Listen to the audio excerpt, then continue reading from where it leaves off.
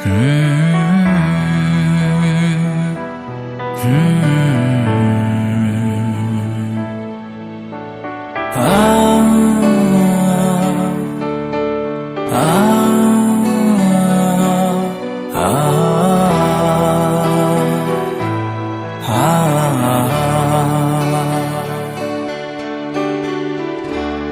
nó lu nu bông tìm bông đu,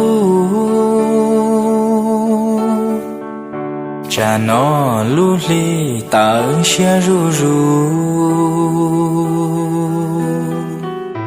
bùa bỏ lu li nó tu cu lu, cả buồn cho cu nó khó xe thiên. Cha nó nu cún trái mu bún đu,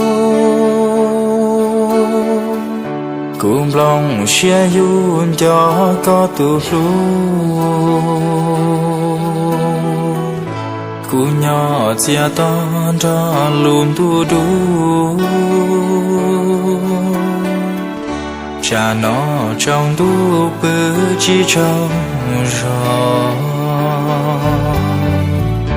Cuốn giòn gió có tư chỉ bao nhau,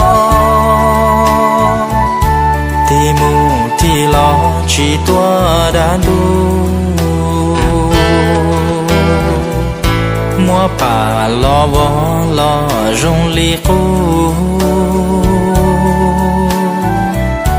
ni hoa trâu cu lá bư can thu. Ki bỏ kế yua mù đa chi, gió có lúa li e có bùa bao, nung ta nung tua lọ gió có thâu, e có bùa bao mua nắng gió có.